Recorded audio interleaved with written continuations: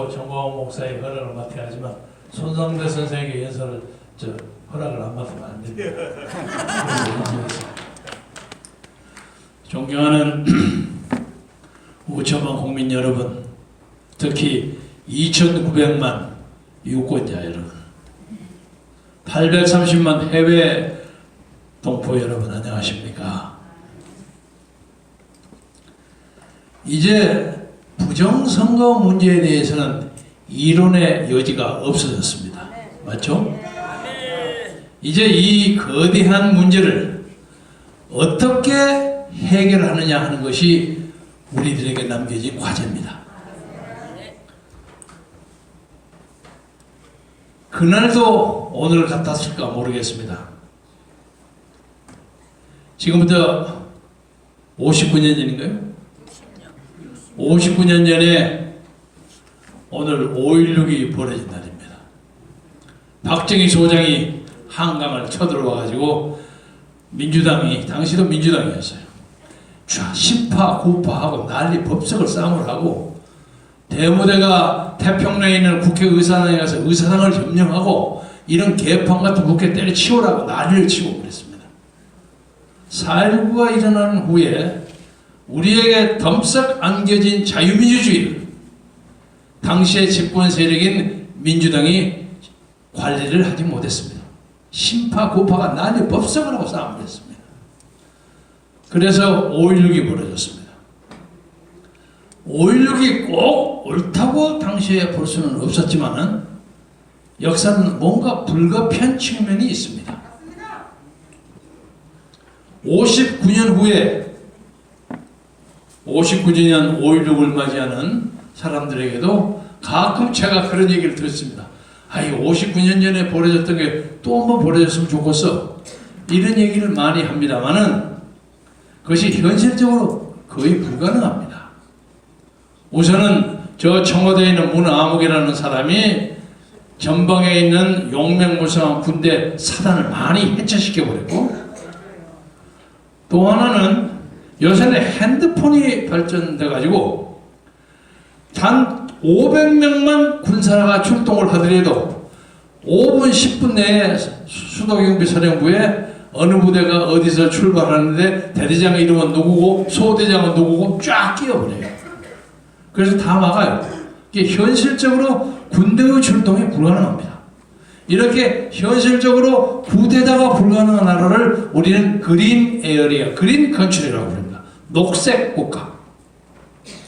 그런데 그런 것을 전혀 지지하지 않고 가능하지도 않는다고 생각하면서도 오늘의 이 나라의 이 엄청난 부정선거를 과연 무엇으로 해결해야 하느냐?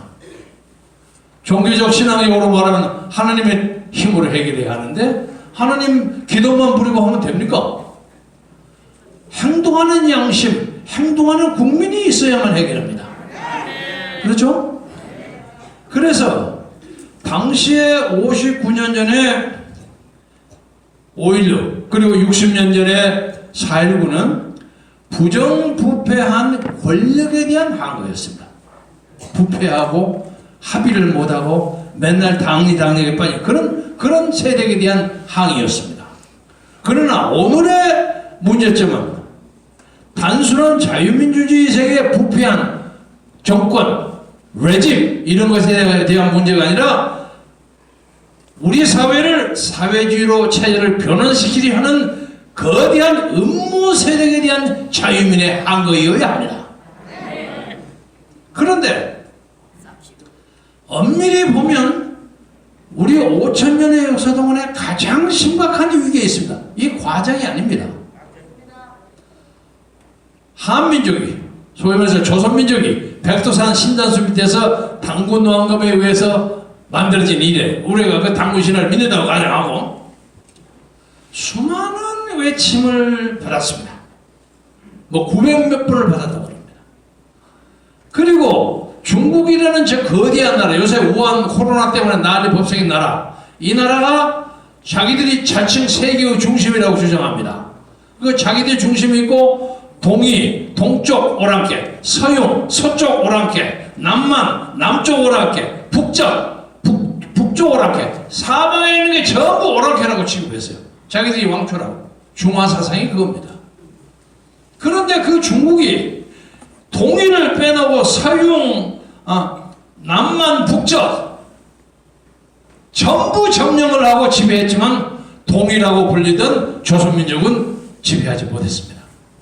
그러니까 우리가 5,000년 동안 난리 법석을 당하고 모욕을 당하고 굴욕을 당하면서도 조선민족이라는 아이디어, 주체성을 지켜왔습니다. 이게 굉장히 중요한 일입니다. 티베트인이 신강인이 다 그냥 합병되지 않았습니까? 근데 동이족이라는 사람은 합병되지 않고 우리의 아이덴티티를 지켰는데 이제 이 우리나라 안에 있는 어떤 세력이 아이고 우리 혼자 살기 힘들다. 중화사상에 묻들어서 같이 살자. 이런 사고방식을 가져가지고 지나치게 친중정책을 해요. 이거 옳지 않죠?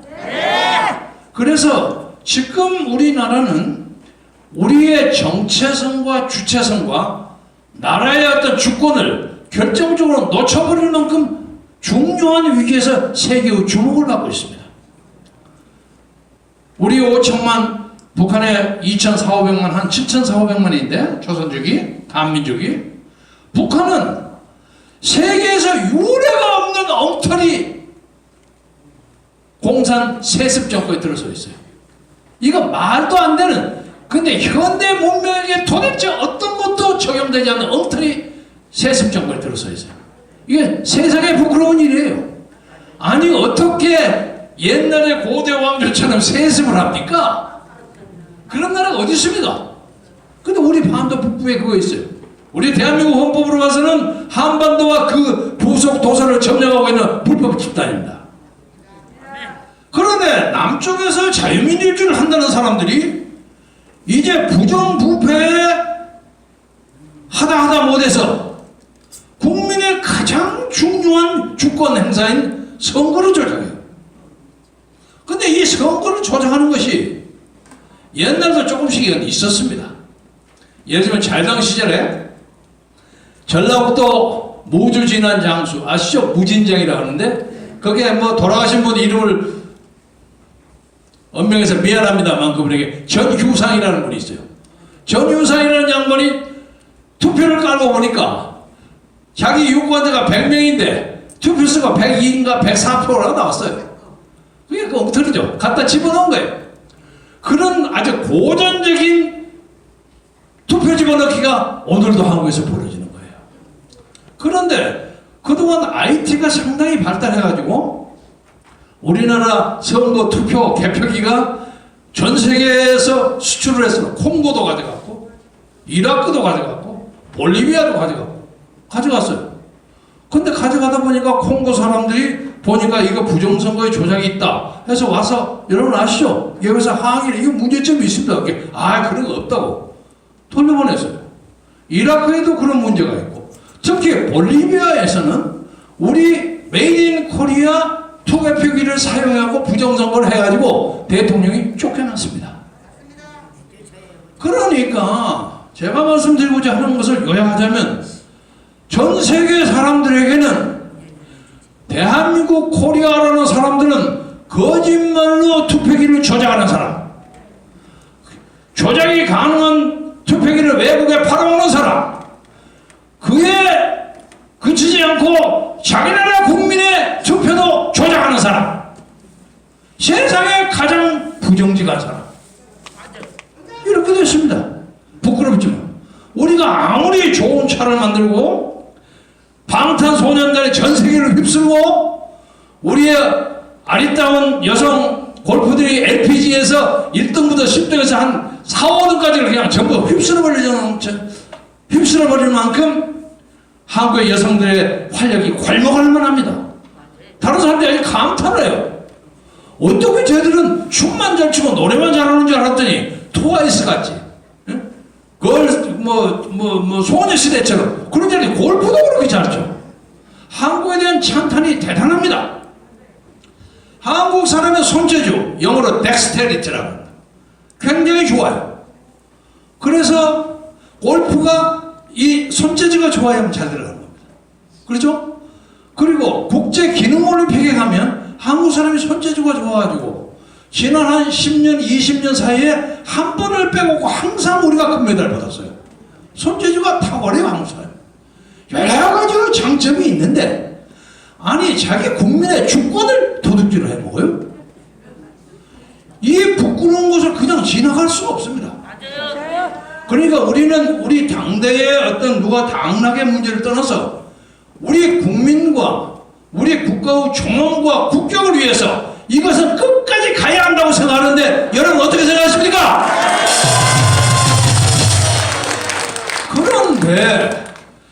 그런데 지난 몇 년 동안 우리하고 같이 자유민주주의 회복을 위해서 열심히 노력하고 열심히 글도 쓰고 좌담도 하고 연설도 하고 했던 일본의 상당히 유명한 소위 우파 농객들이 갑자기 하루아침에 나타나갖고 이 선거 전혀 부정 그런 거 없다.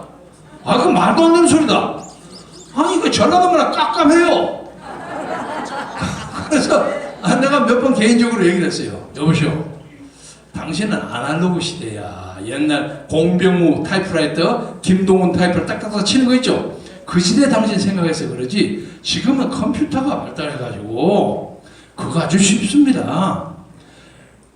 미국에 가서 MGM 같은 그 카지노 있죠? 카지노에 가면 777 번호 나오죠? 그럼 나오면 50만 불, 20만 불 나오고 그것도 잘 안 나오게 조정합니다. 그거 계속 나오면 저 카지노 망해버리죠. 그러면서 이 조작을 하는 것은 쉽게 말해서 컴퓨터 공학과 학사 자격만 받으면 할 수 있는 기술입니다. 어려운 게 아닙니다. 지금 이 정권의 주역들은 우리나라 젊은이들의 소위 IT의 기술, 컴퓨터 기술을 과소평가한 거예요. 이건 말이 안 되는 장난이야. 다 보여요. 요새 유명한 양정철이라는 사람 나오죠? 엊그제 양정철에 대해서 진중권이가 뭐라고 한번 했죠? 그 사람 사고 칠지 내가 알았다 그랬더라고요. 진중권 교수에게 저도 동의해요. 저 사람이 옛날부터 조금 문제가 있는 사람이다. 옛날 저하고 한때 앙숙이 됐던 노무현 전 대통령, 내가 그 양반 때문에 열흘 동안 감옥소도 갔다 왔습니다. 노무현 명예훼손 했다고. 나는 주로 간호소 갔다 온 게 재판받는 게 말하는 것 때문에 갔다 옵니다. 그런데 노무현 때 노무현이가 하도 언론들하고 사이가 좋지 않았단 말이야. 그러니까 노무현이가 그냥 이거는 뭐 기대는 뭐 이 새끼들 안 봤으면 좋겠다. 꼴도 보기 싫다. 막 그랬던 모양이야. 저 춘추관 좀 보고 없애버렸으면 좋겠는데. 춘추관 아시죠? 청와대 프레스룸. 그러니까 양전철이가 카카 제가 가서 막아버리겠습니다. 진짜 막을래? 난 막아버리겠습니다. 들어가서 춘추관에다 못을 꽝꽝 막아갖고 춘추관을 폐쇄시킨 사람이 바로 양정철입니다. 그래서 제가 그걸 보고 이놈아가 노무현에게 충성은 되게 바치는데 이거 나중에 문제가 있겠네. 사람이 아무리 지도자가 격한 소리를 하더라도 보호자하는 사람은 각하 좀 참으십시오. 만백성의 어버이로서 참아야지. 말려주는 것이 충신의 도리인데 그 사람의 맞장구를 막 치는 거예요. 그래서 이게 좀 문제가 있다. 그리고 제가 맨 처음 한 달 전에 여기 와서 양정철을 주목하라 그랬죠. 그 다음에 문제가 된 사람이 이근형입니다. 이근형 전략기획위원장인데 이 사람이 아마도 보기에는 양정철과 약간의 의견의 차이가 있었던 것으로 추측합니다. 뭐 사실 여부는 모르지만 추측하는데 그 양반이 자기 SNS가 어디에다가 선거에 대한 표를 하나 딱 냈는데 옆에다 조정값이라고 붙여져 있어요. 조정치. 저는 그것을 보면서 이 사람이 이것을 실수로 낸 것처럼 해서 얼른 걷어치워버렸는데 이걸 가지고 다른 많은 사람에게 과시를 한 거예요. 당신들 내 말 안 들어주면 이거 불어버리겠어? 이런 거 아닌가 생각해요. 저는 조정값이라는 말을 조작값이라고 생각합니다. 근데 결과적으로 다 맞지 않습니까? 그래서 양정철과 이근영만 잡아서 윤석열이가 붙여면 이건 딱 끝나는 겁니다. 윤석열 총장은 과연 어디에 있습니까? 이제 행동할 때입니다.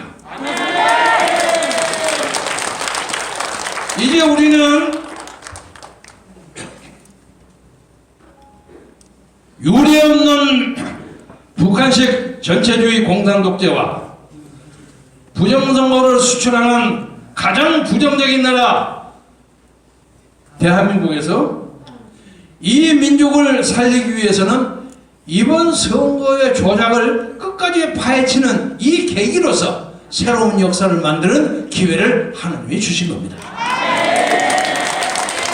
그런데 하나님의 역사에는 항상 악마가 왔다 갔다 안 합니까? 시험도 하고 마귀가 시험하는 것이 지금 저 코로나입니다. 저 코로나를 가지고 우리가 집회를 못하게 만들어요. 아마 코로나가 없었으면 아마 모르긴 모르지만 광화문이 매일마다 난리 났을 겁니다. 광화문을 막는다는 것은 뭘 얘기하느냐? 이 역사에 가장 많은 청중을 동원한 정광훈 목사의 행동을 막는다는 뜻입니다. 그런데 요새는 슬그머니 명분이 없이가 풀어놓고 난 다음에 조건을 많이 붙여가지고 우리 전 목사님 움직이지 못하겠다 해놓고 난 다음에 요새 듣지 않으니까 목사님에게도 들었어요. 여러분도 들으셨겠지만 아까 전 목사님 엊그제 만났더니 아니 요새 서울시장 박원순이가 광화문위원회라는 걸 만들었대. 그래서 앞으로 광화문에서 무슨 집회를 하면 그 광화문위원회에서 심사를 받아야 된대요. 이런 놈의 나라가 어디 있습니까? 그래서 제가 웃었어요. 박원순에게 얘기하겠어. 네가 아무리 광화문위원회를 만들어가지고 우리 집회를 막는다고 할지라도 용수선비는 민중의 힘과 민주화의 의지를 막지는 못할 것이고 광화문을 막으면 우리는 서울역에서 하면 서울역에서 박원순이가 또 서울역위원회를 만들고 아니면 동아면세점에서 하면 동아면세위원회를 만드는 이런 놈의 나라를 때려 부셔야 되는 거 아니겠습니까?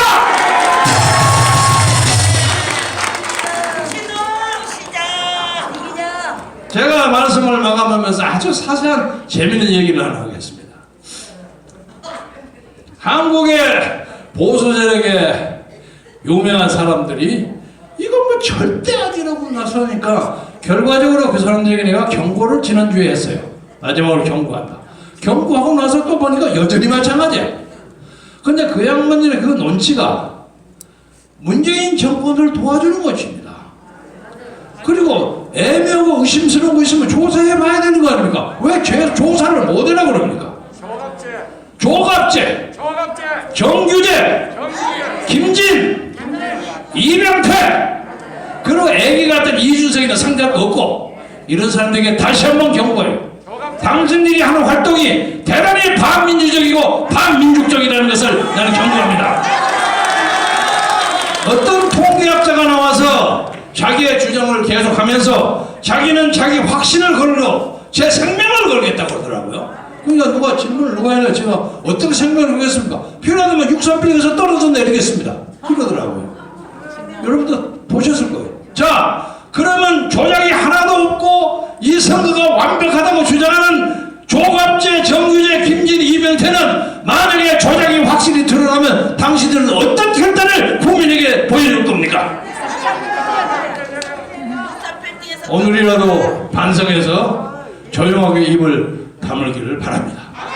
그동안에 우리가 동고동락하면서 느꼈던 그 사람들의 그 노고를 생각해서라도 사람이 가끔 나이가 들면 자기의 그 옹고집이라는 게 생겨요. 한번 말 벗어놓고 주워 담기가 어려워요. 그런 것을 우리가 충분히 이해하고 오늘부로라도 다시는 그런 얘기 하지 말아주기 바랍니다.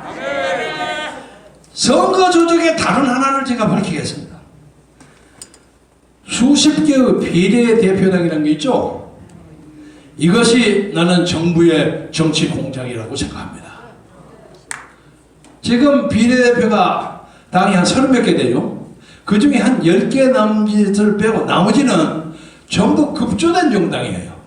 근데 급조된 정당을 하려면 5개 지역에 예를 들면 시도 이런 서울특별시, 부산, 대구, 경북, 뭐 대전 이런 5개 지역에 적어도 1000명의 당원을 확보해야 됩니다.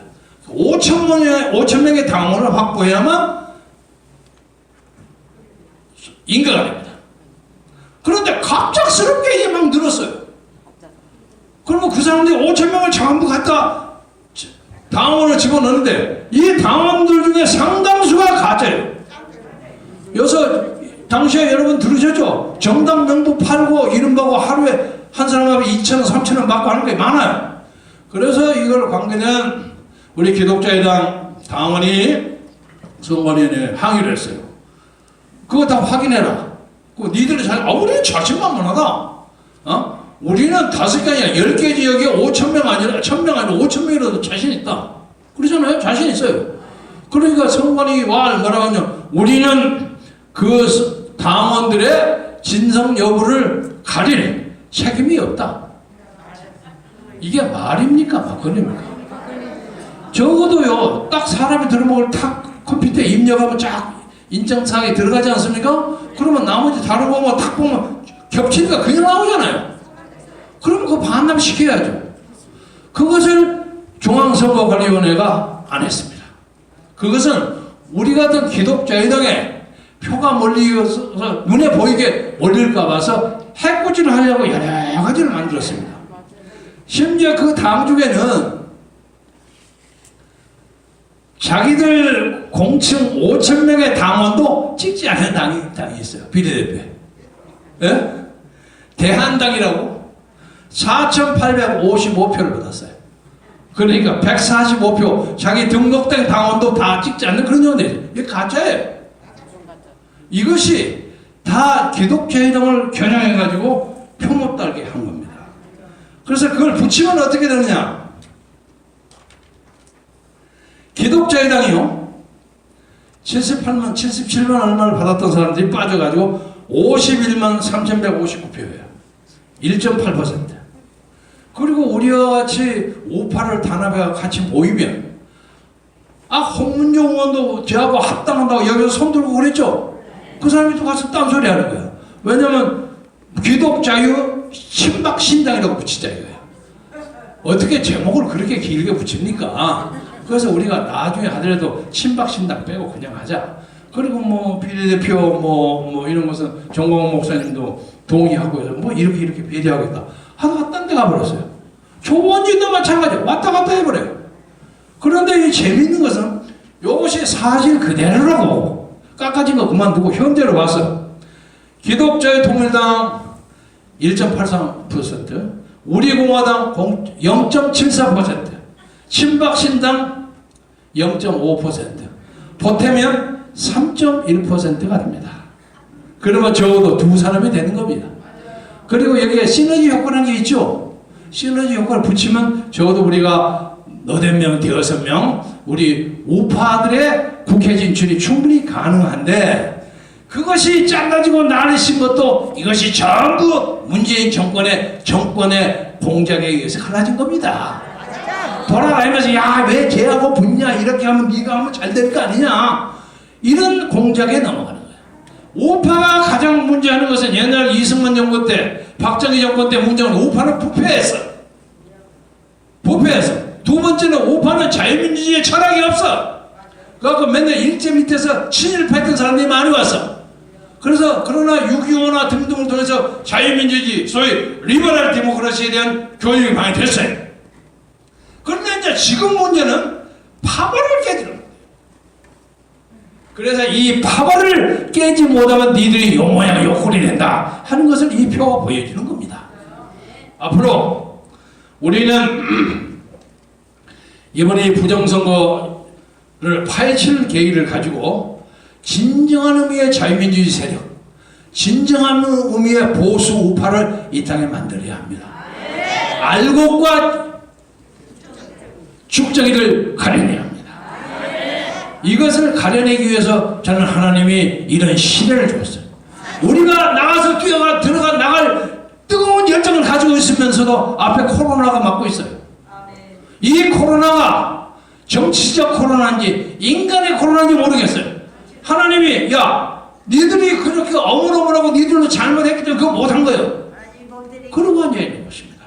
그래서 이것이 우리에게 실현의 기회가 되기 때문에 더 좋은 나라, 우리의 후손들이 살 수 있는 더 좋은 나라를 위해서 참고 기도하고 노력하면서 이 낭만을 헤쳐나갑시다.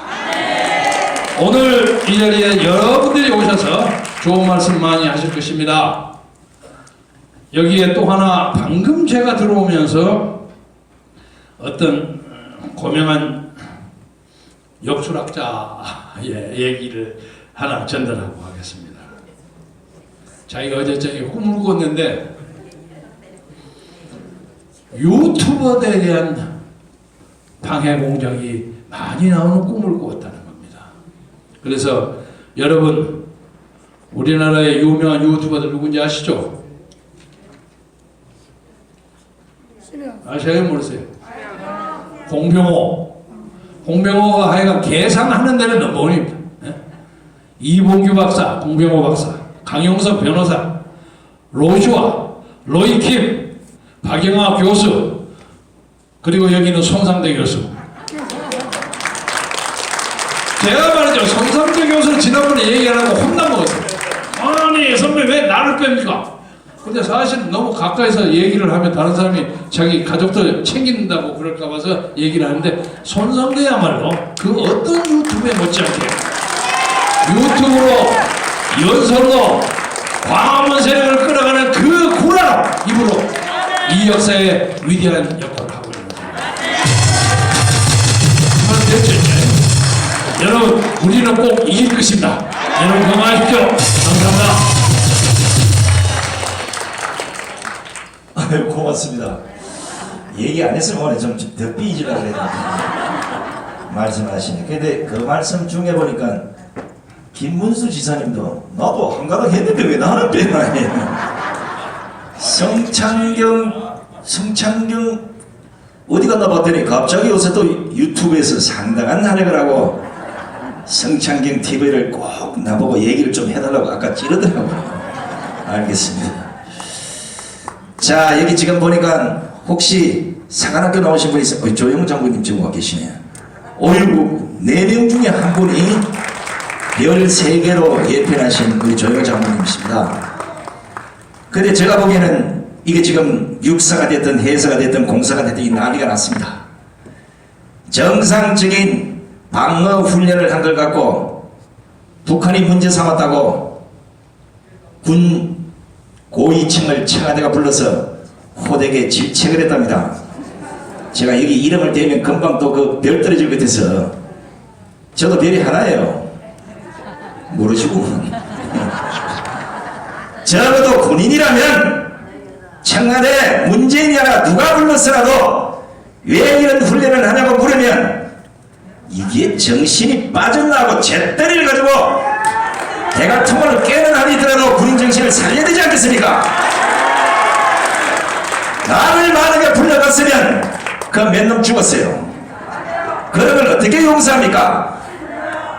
자국의 국민의 재산과 목숨을 지켜야 되는 군인이 청와대가 불러서 이래라 저래라 큰일 났어요. 뭐 큰일이 하도 많이 나서 뭐가 진짜 큰일인지 잘 모르겠어요. 큰일이 무엇이고 작은 일이 무엇인지는 직접 행정 경험을 해보신 우리 김문수 전